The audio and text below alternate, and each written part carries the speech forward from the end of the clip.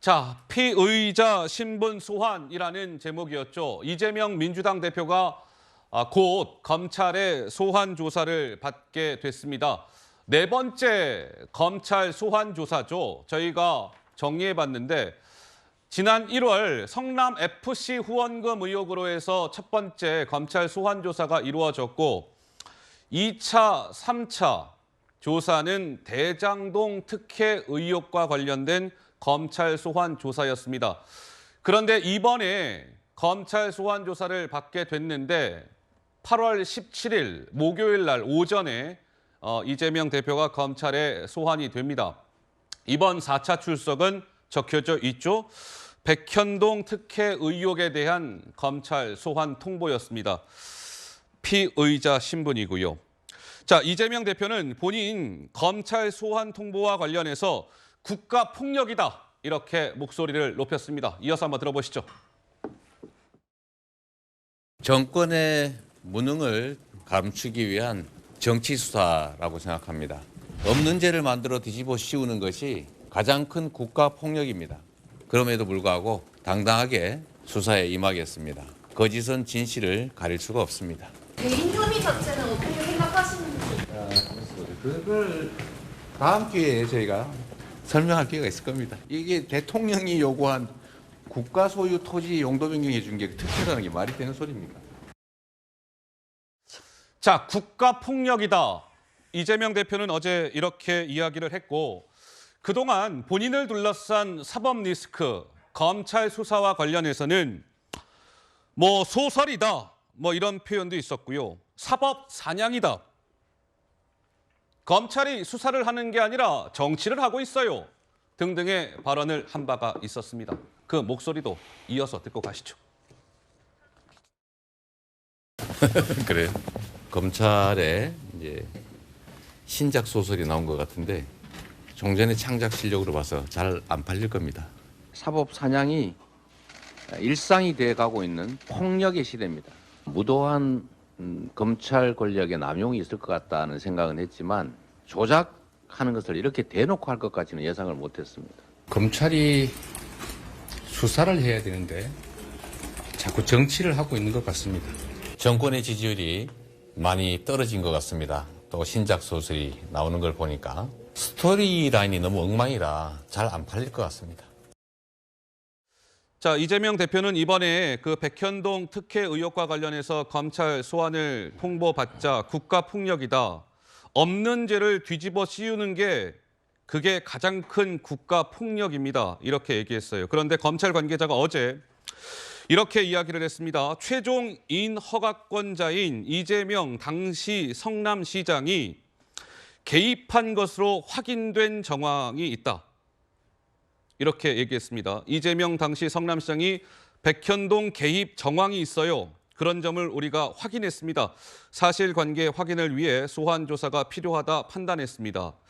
정미경 의원님, 검찰 관계자가 개입 정황이 확인됐다라고 어제 이야기한 것은 어떠한 의미를 갖는 것일까요?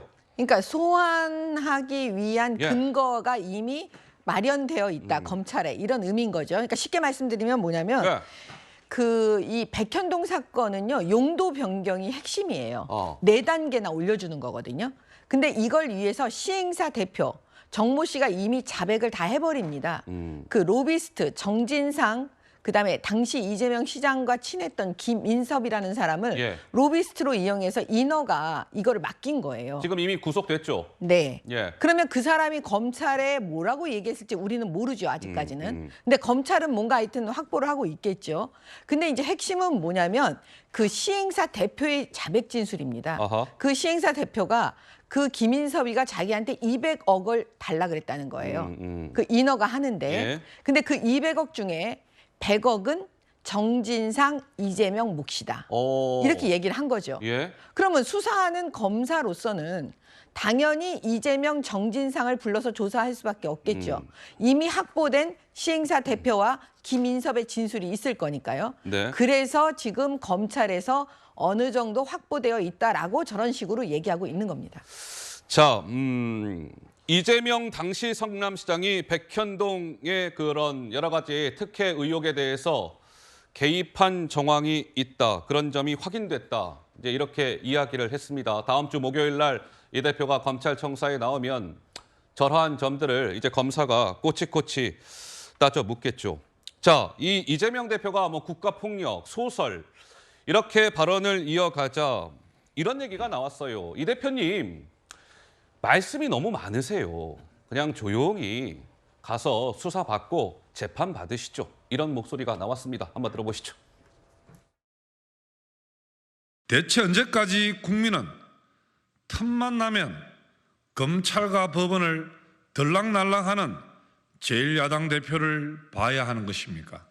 법에 따른 정당한 수사 절차를 정권의 탄압으로 둔갑시키고 종국에는 정당한 영장 청구가 아니라는 핑계로 방탄을 하려는 뻔한 꼼수를 부리고 있는 것입니다.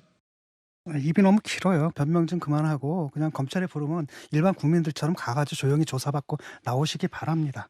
사기꾼들이 득실득실하고 그 중심에 항상 자기가 있는데 아무 소리 마시고 그냥 조용히 조사받고 오시고요. 법정에서 조용히 싸우십시오. 예. 법정에서 조용히 싸우십시오. 진중권 교수는 저렇게 이야기를 했습니다. 그런데 이제 검찰이 이재명 대표를 이렇게 저렇게 수사를 좀 하다 보니까 이런 얘기가 나왔습니다. 정자동 호텔 개발 특혜 의혹을 검찰이 수사를 하다가 이런 점을 발견을 했다는 겁니다. 2010년 7월부터 2018년 3월까지 그러니까 이재명 대표가 성남시장을 2번 했잖아요. 그러니까 2번을 하는 그 기간 내내 이재명 성남시장은 휴대전화 이거를 3개 회선을 썼고 전화기는 6대를 사용을 했더라. 이재명 대표의 오른팔 정진상 당시 성남시 정책비서관은 이재명 당시 성남시장보다 회선이 2개가 많네요. 회선은 5개. 휴대전화는 이재명 당시 성남시장보다 1대가 많네요. 7대를 사용했다. 서정욱 변호사님, 저 부분은 무엇을 의미하는 것일까요? 저기에 빠진 게요. 예? 어제 그 선고된 배모 씨 있잖아요. 예. 징역 10월에 그 집행유예 2년 받은 경기도의 그 법인카드 쓴 배모 씨. 네. 이분은 이게 그 핸드폰을 공용으로 이게 9대를 썼습니다. 9대요? 예. 허허. 이게 말이 됩니까? 일개 수행 뭐 이게 비서가 9대를 썼다. 이렇게 핸드폰을 자주 이게 바꾸고 그다음에 이 번호를 계속 이게 교체하면서 여러 개 쓰는 거 있잖아요. 이거는 이제 결국 뭔가 이게 그 어떤 깨끗하게 처리하지 못하면 뭔가 이게 문제가 있을 것 같으니까 계속 이 증거를 인멸하는 예. 이런 행위 아닙니까? 옛날에 이재명 대표가 내처럼 이렇게 깨끗한 정치인은 뭐 불체포 특권이 필요 없다 예? 이렇게 했잖아요. 근데 깨끗한 정치인이 핸드폰을 자주 바꿀까요? 허허. 제가 아는 분에게 남자분인데요. 예? 바람을 피우는 것 같아요. 그러다 보니까 핸드폰을 2대를 써요. 부인이 볼까 싶어서. 허허. 뭔가 이게 문제가 있는 사람이 핸드폰 2개 쓰는 겁니다. 깨끗하다면 핸드폰 하나로 계속 쓰면 되잖아요. 예. 왜 번호를 여러 개를 쓰고 계속 점검이라듯이 바꿉니까? 저게 저는 문제 있다 보는 거고 예. 이 정자동은요. 백현동보다 더 심각해요. 어허. 왜냐하면 이게 백현동은 4단계 상향했죠. 네. 정자동은 5단계. 아, 자연 녹지를 아예 그냥 상업시설로 바꿔준 5단계. 어허. 힐튼 호텔 예. 이거고요. 여기에 PMG 플랜이라는 용역을 준 회사와 그다음에 이 시행한 배지처 종합개발이 사실상 황모 씨 혼자 소유다. 예. 이런 게 의혹이 나와가지고 이제 공무원들 수사 끝났어요. 아마 이 부분도 정진상 이재명 대표 소환이 임박했다. 예. 성남지청에서 예. 이렇게 보고 있습니다. 알겠습니다. 이제 서정욱 변호사가 개인적으로 그렇게 이제 추정이 된다 이런 개인 주장, 개인 의견을 주셨고요.